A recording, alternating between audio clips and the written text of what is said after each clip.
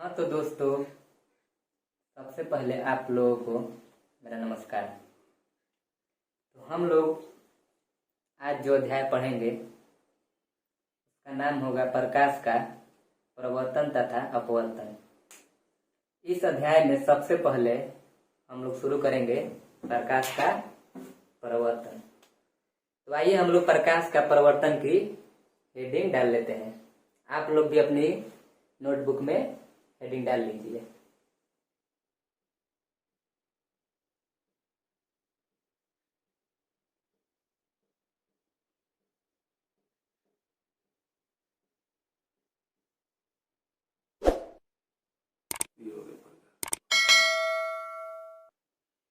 प्रकाश का परावर्तन। देखिए, मैं आप लोगों को अच्छी तरह धीरे धीरे पढ़ाऊंगा, क्योंकि यहाँ पे कुछ बच्चे ऐसे भी आते हैं जिनको बातें समझने में कुछ समय लगता है। वो धीरे धीरे बातों को समझ पाते हैं, और कुछ बच्चे तेज भी आते हैं। तो मैं तो धीरे धीरे पढ़ाऊंगा, और जिन लोगों को थोड़ा स्पीड कम लगे तो यूट्यूब ने तो अपना फीचर्स दिया ही है, आप लोग 1.5 गुना पर करके वीडियो को देख लीजिएगा। तो आइए हम लोग पहले प्रकाश के बारे में जान लेते हैं।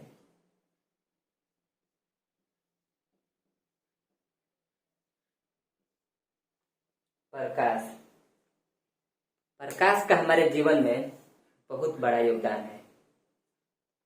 अगर प्रकाश नहीं होता तो हम लोग किसी वस्तु को देख नहीं पाते। प्रकाश के बिना कोई पौधा अपना भोजन नहीं बना पाता। प्रकाश एक ऊर्जा का रूप है। यदि प्रकाश ना हो तो यह दुनिया में जीवन संभव नहीं है। प्रकाश के बिना हम लोग का भोजन भी तैयार नहीं होगा। कोई भी ऐसा जीव जंतु नहीं है जो बिना प्रकाश के जीवित रह सकता है। इसलिए प्रकाश का हमारे जीवन में बहुत बड़ा योगदान है। तो आइए हम लोग प्रकाश को परिभाषा के रूप में लिखते हैं। प्रकाश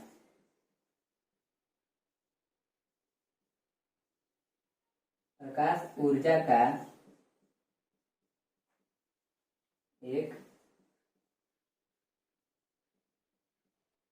जो हमें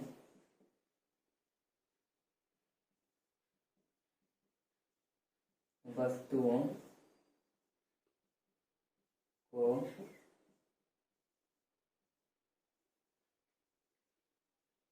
देखने में मदद करता है। आप लोग भी इसे अपने नोटबुक में लिख लीजिए। प्रकाश के आप लोग उदाहरण और भी, परिभाषा और भी लिख सकते हैं, लेकिन ये एक सटीक प्रकाश का परिभाषा है। आप लोग अपने नोटबुक में लिख लीजिए। तो आइए इसके कुछ महत्वपूर्ण बिंदु देख लेते हैं। जब प्रकाश किसी वस्तु पर पड़ता है तो वस्तु उस प्रकाश को परिवर्तित करती है। यदि वस्तु उस प्रकाश को परिवर्तित करती है, जिसके कारण हम उस वस्तु को देख पाते हैं। यदि वस्तु उस प्रकाश को परिवर्तित नहीं करेगी तो हम उस वस्तु को नहीं देख पाएंगे। ये एक प्रकाश का महत्वपूर्ण बिंदु है। आइए हम इसको लिख लेते हैं।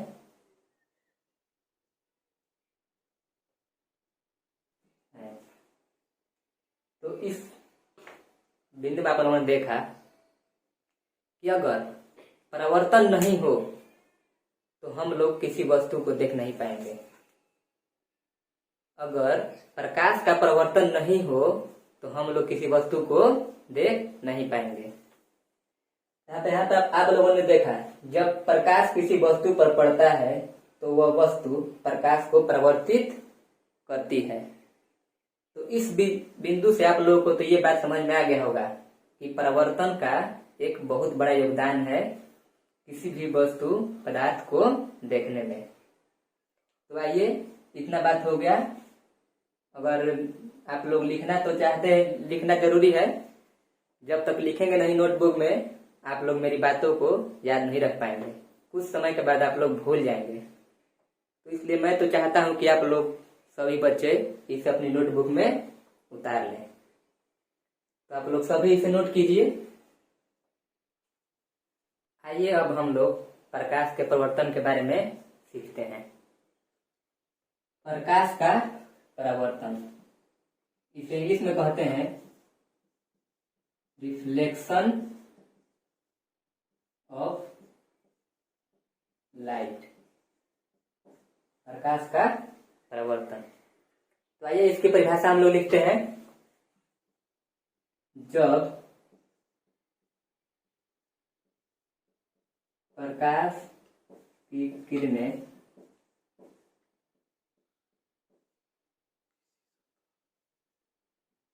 किसी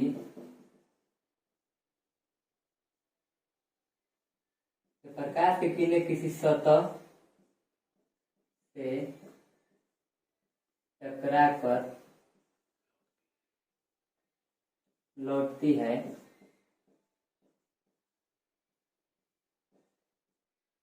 तो इस घटना को प्रकाश का परावर्तन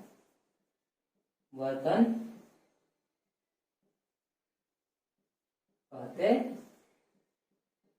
हैं। यहाँ पे आप लोग देखिए, प्रकाश के परावर्तन का डिफिनीशन है। जब प्रकाश की किरणें किसी सतह से टकराकर लौटती हैं तो इस घटना को प्रकाश का परावर्तन कहते हैं। आइए इसे अब हम लोग चित्र के माध्यम से समझते हैं। तो ये देखिए, ये हो गया सतह, ये हो गया एक सतह, और ये हो गया यहाँ पर अभिलंब।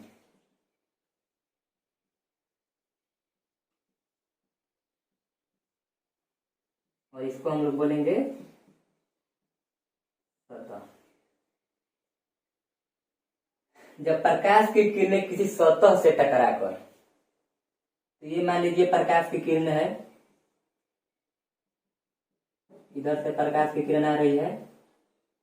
जब प्रकाश की किरण किसी सतह से टकराकर लौटती है, जब प्रकाश की किरणें किसी सतह से टकराकर लौटती है तो इस क्रिया को प्रकाश का परावर्तन कहते हैं।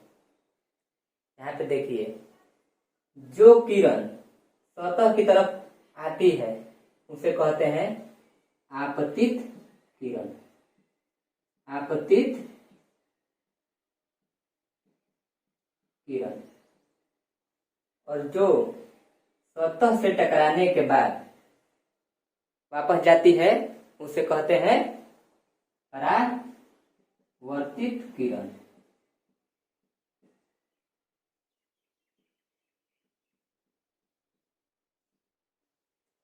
यहाँ पर आप लोगों को समझ में आया प्रकाश का प्रवर्तन। जब प्रकाश की किरण किसी सतह से टकराकर वापस लौटती है तो इस क्रिया को प्रकाश का परावर्तन कहते हैं। ये आप लोगों को समझ में आ गया। और ये देखिए, जो ये किरण होती है, जितने डिग्री पर ये किरण इस सतह के साथ कोण बनाएगी, परावर्तित किरण भी उतने ही डिग्री पर वापस लौटेगी।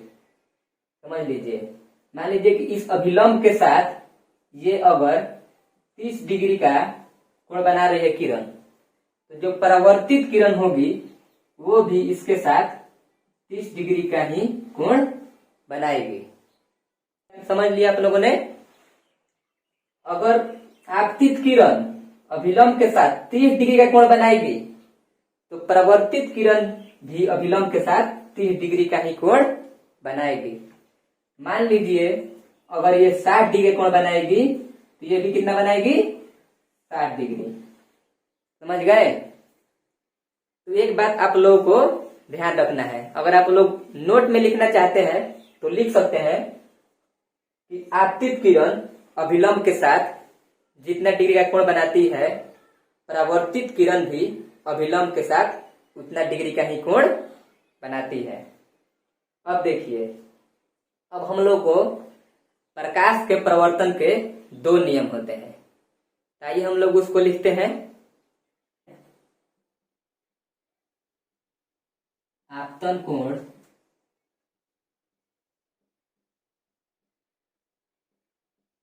कोण आई, परावर्तन कोण कोण आर के बराबर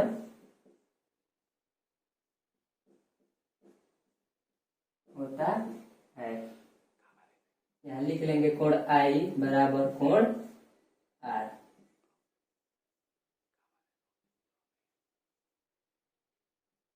ये देखिए आपतन कोण, तो आपतन कोण पहले समझ लीजिए। आपतित किरण अभिलंब के साथ जो कोण बनाती है उसे आपतन कोण कहा जाता है। आपतित किरण सतह से टकराकर जो अभिलंब के साथ कोण बनाती है उसे हम लोग आपतन कोण कहते हैं। आपतन कोण, आपतन कोण को हम लोग कोण आई से डिनोट करते हैं। यहाँ देखिए, परावर्तित किरण जो अभिलंब के साथ कोण बनाती है उसे कहते हैं परावर्तन कोण, और परावर्तन कोण को हम लोग कोण आर से लिखते हैं। यहाँ आप लोगों को आपतित किरण समझ में आ गया, परावर्तित किरण, आपतन कोण, परावर्तन कोण। देखिए, इस चित्र के माध्यम से हम लोग पूरे प्रकाश के प्रवर्तन को आसानी से समझ सकते हैं। आप लोगों ने पहले तो परिभाषा देखा कि प्रकाश की किरण किसी सतह से टकराकर जब लौटती है तो इस घटना को क्या कहते हैं? प्रकाश का प्रवर्तन। जो किरण सतह की तरफ आती हुई प्रतीत होती है उसे कहते हैं आपतित किरण, और जो टकराकर वापस लौटती है उसे क्या कहते हैं? परावर्तित किरण। और जो किरण आपतित किरण जब अभिलंब के साथ कोण बनाती है तो उसे कहते हैं आपतन कोण। इसे हम लोग कोण आई से डिनोट करते हैं। और जब परावर्तित किरण अभिलंब के साथ कोण बनाती है तो इसे हम लोग क्या कहते हैं? परावर्तन कोण, और इसे हम लोग कोण आर लिखते हैं। तो आप लोगों ने पहला नियम देखा, आपतन कोण आई परावर्तन कोण आर के बराबर होता है। अब देखिए दूसरा नियम। यहाँ पर तो जगह नहीं है तो हम यहाँ पे नीचे लिख देते हैं दूसरा नियम। आपतित किरण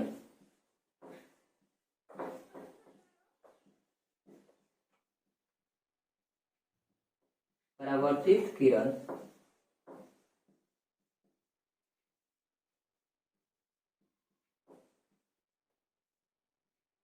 तथा अभिलंब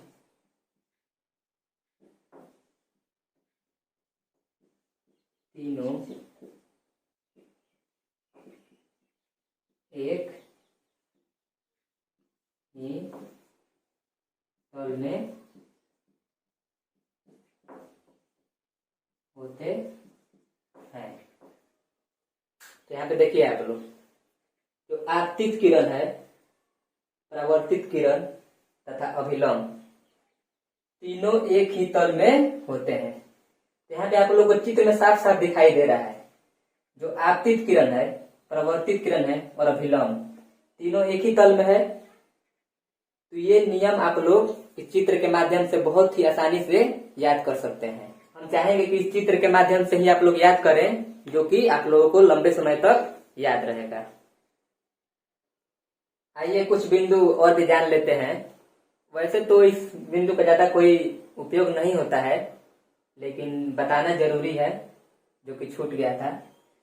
आपतित किरण जिस बिंदु से टकराती है, आपतित किरण जिस बिंदु से, तो यह बिंदु हो गया, जिस बिंदु से टकराती है उसको कहते हैं आपतन बिंदु।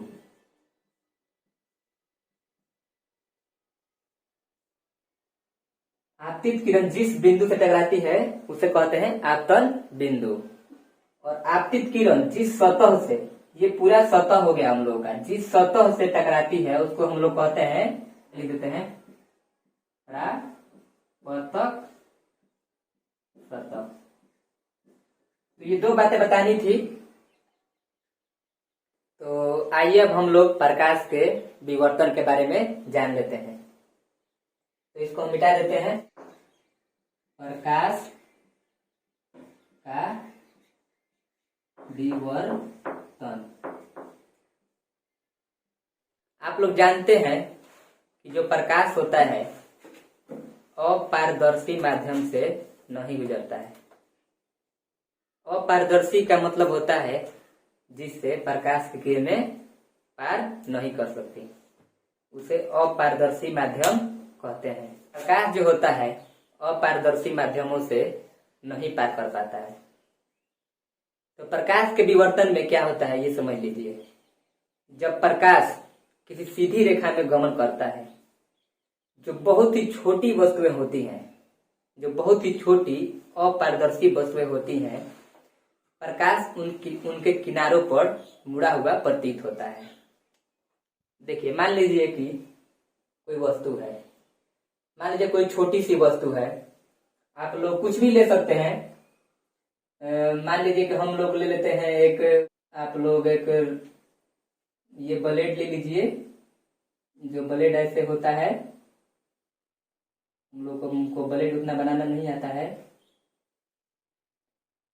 और ये बीच में ऐसे ऐसे होता है ना।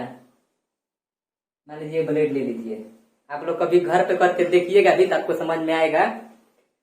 ब्लेड एक अपारदर्शी माध्यम है।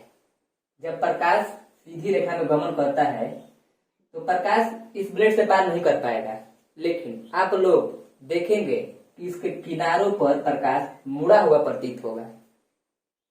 तो जो ये मुड़ी हुई जो प्रकाश की किरणें प्रतीत होती हैं, इसे ही हम लोग कहते हैं प्रकाश का विवर्तन। तो आप लोग इतना मेरे बात कहने से तो आप लोग समझ ही गए होंगे कि जो प्रकाश की किरणें मुड़ी हुई प्रतीत होती है छोटी वस्तुओं पर, उसे हम लोग क्या कहते हैं, प्रकाश का विवर्तन। आइए अब लोग इसे हम परिभाषा के रूप में लिखते हैं। इसको आप लोग लिख लीजिएगा अच्छी तरह से। आज मैंने जितना भी पढ़ाया, मैं चाहूंगा कि आप लोग अपनी नोटबुक में नोट करें और बहुत ही अच्छे से इसका रिवीजन करें और ध्यान से याद करें। और आप लोगों को वीडियो अच्छा लगे तो जरूर लाइक कीजिएगा, क्योंकि इससे पढ़ाने के लिए हौसला मिलता है और हम लोगों को दिलचस्पी भी बढ़ती है। तो आप लोगों से निवेदन है कि लाइक और सब्सक्राइब जरूर करें। धन्यवाद।